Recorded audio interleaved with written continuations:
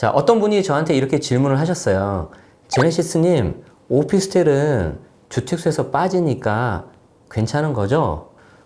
정말 이럴 때 항상 제가 드리고 싶은 말씀이 있는데 그러다가 큰 코 다칩니다. 오피스텔 정말 조심해야 되는데 왜 조심해야 되는지, 그리고 어떻게 하면 피해가는지, 자, 그리고 내가 가지고 있는 오피스텔이 도대체 어떤 놈인지 오늘 영상을 통해서 낱낱이 파헤쳐 드리도록 하겠습니다. 5분 투자로 10억을 아껴보자. 네, 안녕하세요. 직방TV 절세 여신 제네시스입니다. 최근 들어서 오피스텔 투자에 대해서 많이들 좀 물어보고 계세요. 제 이제 강의도 많이 하고 있는데 거기에 있는 수강생분들이 이상하게 요즘에 좀 오피스텔에 대해서 투자를 물어보고 있는데 왜 오피스텔 투자가 이렇게 많이 질문이 들어올까? 자, 저는 이렇게 생각을 하는데요. 자, 지금 보시면 요즘 경기 안 좋죠. 그리고 특히 부동산 같은 경우에는 주택에 대해서 규제가 굉장히 많이 강화가 됐어요. 그러다 보니까 몇몇 분들이 상업용 부동산, 우리가 흔히 말하는 상가를 말하는 거죠. 상가. 주택 규제가 너무 심하니까 이제 나는 상가로 좀 가겠다라고 하시는 분들이 계시는데, 그 중에서도 상가 중에서도 오피스텔이 좀 만만하죠. 상대적으로. 왜 그래요? 일단 좀 금액이 작잖아요. 왠지 좀 대출 좀 받고 하면 할 수 있을 것 같잖아요. 그죠? 뭐 하면 내가 오피스텔에서 살 수도 있죠. 주거용도 가능하죠.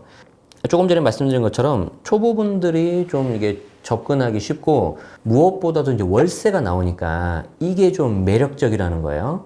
이거 잘못하다가 큰 코 다칩니다. 왜냐하면 오피스텔은 상가로 볼 수도 있지만 주택으로 볼 수도 있어서 그래요.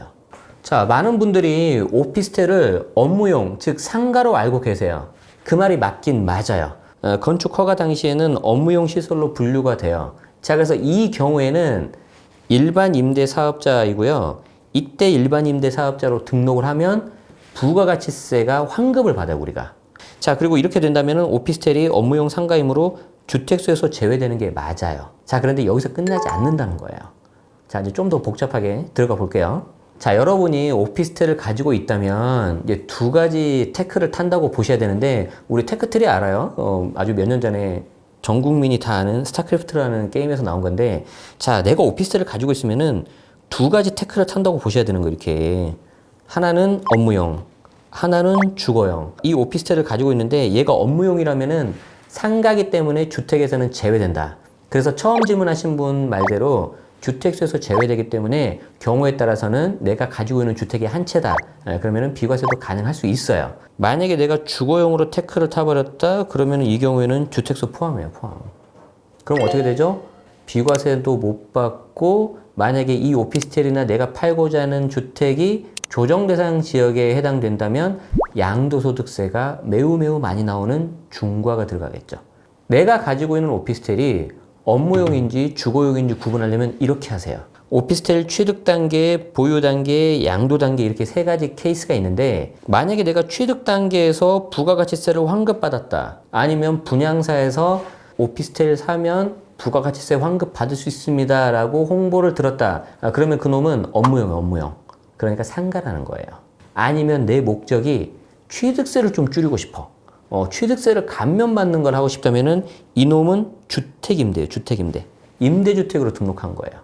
부가가치세를 환급받으면 업무용 상가, 취득세를 감면받으면은 임대주택입니다. 일단 취득 단계에서 딱 명확하게 갈리는 거예요. 자, 그리고 내가 오피스텔을 업무용으로 가지고 있으면은 얘는 단돈 1원도 과세 대상이에요.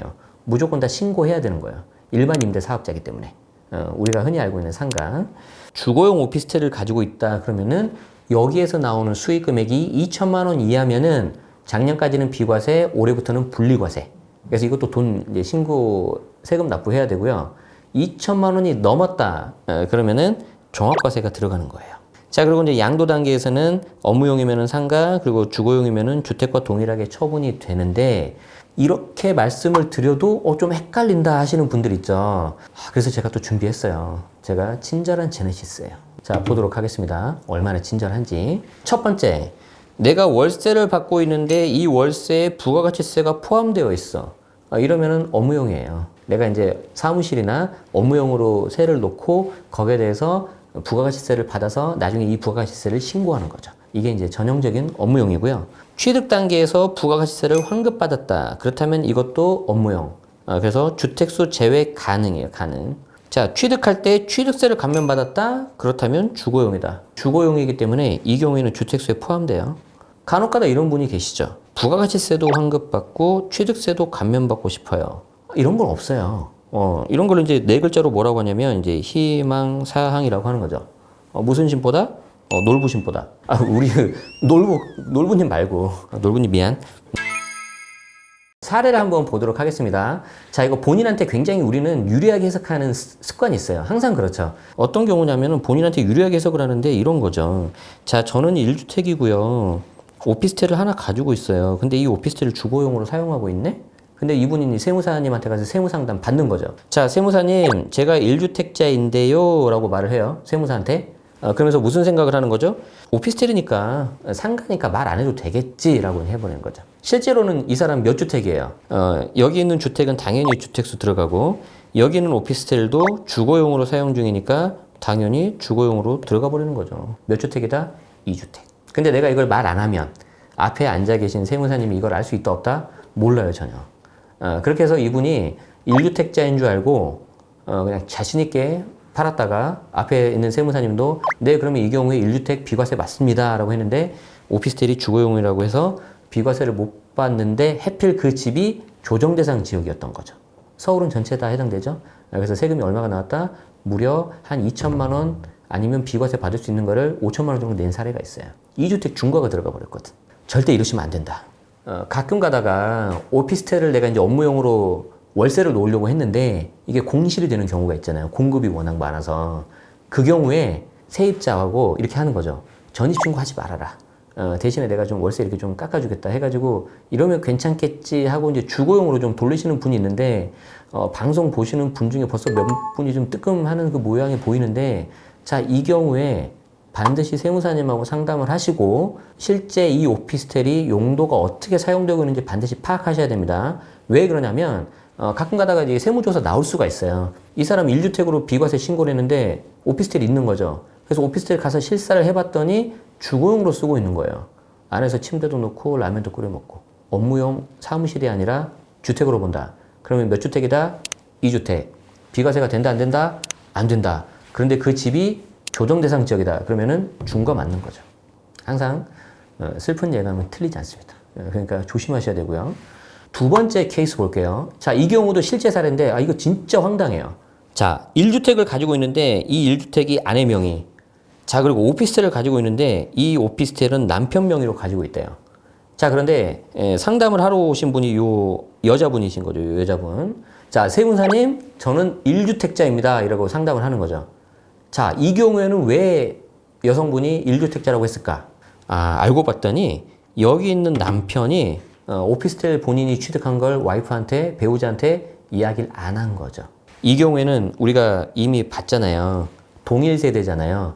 이 오피스텔이 해필 주거용으로 사용을 하고 있는 거예요. 주거용. 그럼 주택수 몇 개다? 2주택. 자, 그래서 이제 황당하게 비과세를 놓친 케이스가 있는데 그 이유가 이제 더 황당한 거죠. 나중에 이제 이 여자분이 남편한테 물어본 거예요. 도대체 왜 나한테 오피스텔 산 걸 말 안 했냐? 당신도 이제 월세 좀 받고 그동안 고생했으니까 월세 받고 살아야 되는데 내가 깜짝 이벤트를 해주려고 했다. 제발 그런 쓸데없는 이벤트는 하지 마세요. 꼭 본인이 가지고 있는 재산에 대해서 부부간에는 서로 공유를 하셔야 된다. 아시겠죠? 자, 그래서 다시 한번 강조 드립니다. 배우자 부동산 보유 현황 꼭 챙기세요. 이거 챙기지 않으면 그분이 아니라 그 인간으로 되는 거고요. 오늘 방송의 주제는 오피스텔은 언제든지 주거용으로 간주될 수 있다.